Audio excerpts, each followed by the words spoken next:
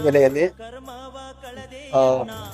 ಅಯೋಧ್ಯ ಶಿವಾಚಾರ್ಯ ವೈಶ್ಯ ಸಂಘದ ಹೋಬಳಿ ಮಟ್ಟದ ಮಹಿಳೆ ಮತ್ತು ಪುರುಷರ ಸಂಘ ಉದ್ಘಾಟನೆ ಆಗ್ತಾ ಇದೆ.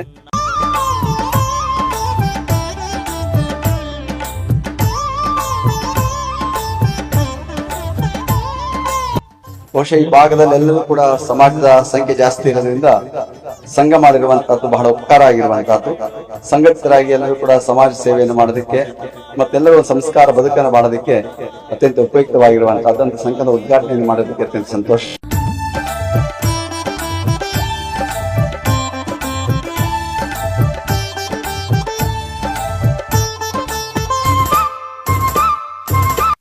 ಈಗಾಗಲೇ ಕೇಂದ್ರ ಸಮಿತಿ ಬೆಂಗಳೂರಿನಲ್ಲಿ ಇದ್ದು ಅದು ಎಲ್ಲ ಸಮಿತಿಗಳಿಗೆ ಅನೇಕ ರೀತಿಯಲ್ಲಿ ಸಹಕಾರವನ್ನು ಕೊಟ್ಕೊಂಡು ಬರ್ತಾ ಇದೆ. ಅದರ ಆಶ್ರಯದಲ್ಲಿ ಇವತ್ತು ಸೂಲಿಬೆಲೆಯಲ್ಲಿ ನೀವು ಮಹಿಳೆಯರ ಮತ್ತು ಪುರುಷರ ಇಬ್ಬರಿಗೂ ಸೇರಿದಂತೆ ಇವತ್ತು ಸಂಘವನ್ನ ಉದ್ಘಾಟನೆ ಒಟ್ಟಿಗೆ ಮಾಡ್ತಾ ಇರುವಂತಹದ್ದು ನಿಜಕ್ಕೂ ಹೆಮ್ಮೆ ಪಡಬೇಕಾಗಿರುವಂತಹದ್ದು, ಅಭಿಮಾನ ಪಡಬೇಕಾಗಿರುವಂತಹದ್ದು. ಯಾವತ್ತೂ ಕೂಡ ಬಹಳ ಹಿಂದಿನಿಂದಲೂ ಕೂಡ ನಮ್ಮ ನಗರದ ಸಮಾಜ ಯಾವ ಸ್ವಾಮಿಗಳಿಗೆ ಹೆಚ್ಚು ಗೌರವಿಸಿದೆ ಅಂದ್ರೆ ಶಿವಕುಮಾರ ಮಹಾಸ್ವಾಮಿಯವರೇ ಮಾತ್ರ ಹೆಚ್ಚು ಗೌರವಿಸ್ತಿದೆ ಅಂತ. ಅವರನ್ನ ನೀವೆಲ್ಲ ಎಲ್ಲಿ ಪೂಜಿಸ್ತಾ ಇದ್ದೀರಿ ಅಂತಂದ್ರೆ ಹೃದಯದಲ್ಲಿಟ್ಟು ಪೂಜಿಸುವಂತಹ ಅವರು, ನೀವೆಲ್ಲರೂ ಕೂಡ ಅವರನ್ನ ಅಷ್ಟು ಪ್ರೀತಿ ಭಕ್ತಿಯಿಂದ ನಡೆಸ್ಕೊಂಡು ಬರುವಂತಹ ಒಂದು ಸಮಾಜ ತಾವಾಗಿರುವಂತಹ ಅವರು.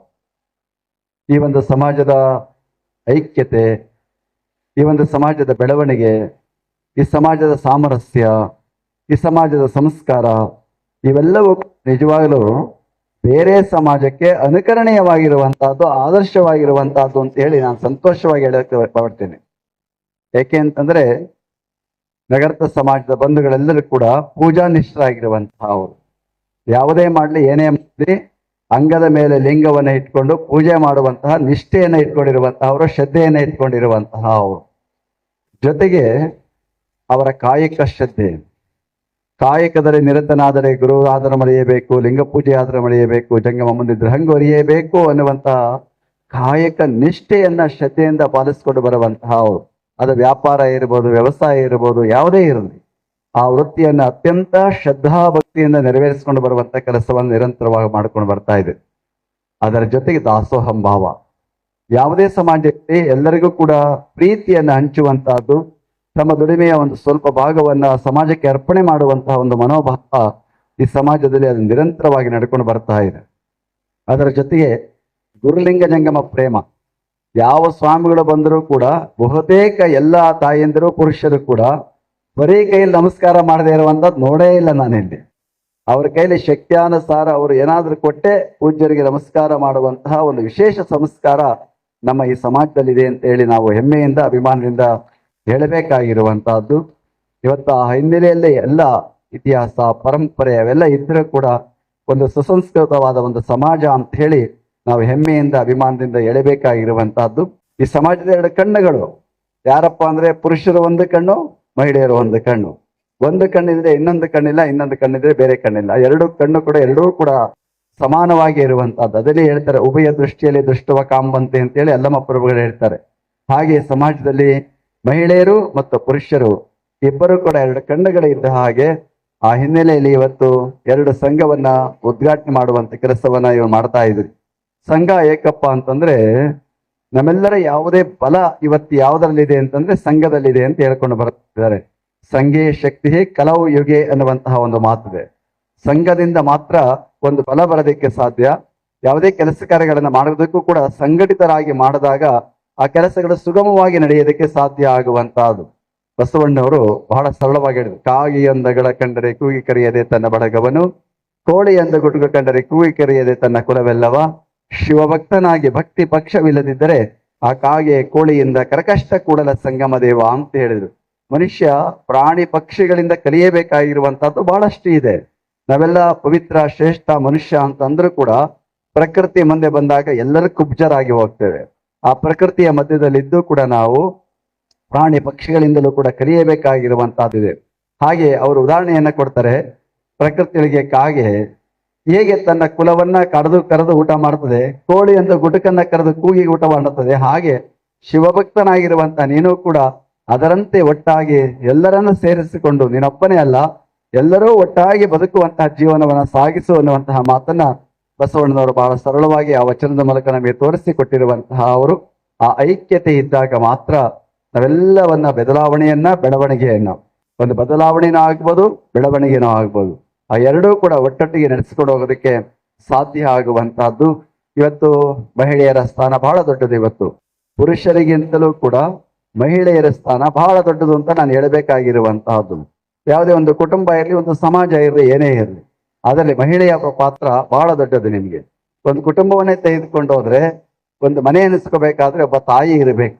ತಾಯಿ ಇದ್ದರೆ ಮಾತ್ರ ಅದು ಮನೆಯ ಹೊರತು ಪುರುಷರು ಎಷ್ಟೇ ಜನ ಇದ್ದರೂ ಕೂಡ ಅದು ಮನೆ ಎನಿಸ್ಕೊಳ್ಳೋದಿಲ್ಲ.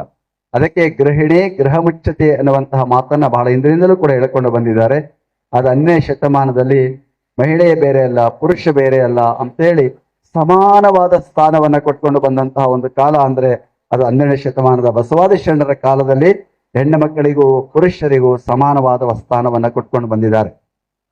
ಅದಕ್ಕೆ ಇನ್ನು ಹಿಂದೆ ಬಹಳಷ್ಟು ಭೇದ ಭಾವ ಮಾಡ್ತಾ ಇದ್ರು, ಹೆಣ್ಣಿಗೆ ಬಹಳ ಕೀಳಾಗಿ ಕಾಣ್ತಾ ಇದ್ರು, ಅವಕಾಶಗಳು ಕಡಿಮೆ ಆಗ್ತಾ ಇತ್ತು, ಸ್ಥಾನಮಾನಗಳಂತೂ ಇರಲೇ ಇಲ್ಲ, ತಮ್ಮ ಚಿಂತನೆಗಳನ್ನ ಹಂಚಿಕೊಳ್ಳೋದಕ್ಕೂ ಅವಕಾಶ ಇರಲಿಲ್ಲ. ಅಂತಹ ಪರಿಸ್ಥಿತಿಯಲ್ಲಿ 12ನೇ ಶತಮಾನದಲ್ಲಿ ಬಸವಣ್ಣನ ಅನುಭವ ಮಂಟಪದೊಳಗೆ ಸಮಾನವಾದ ಸ್ಥಾನವನ್ನ ಕೊಡ್ತಾರೆ.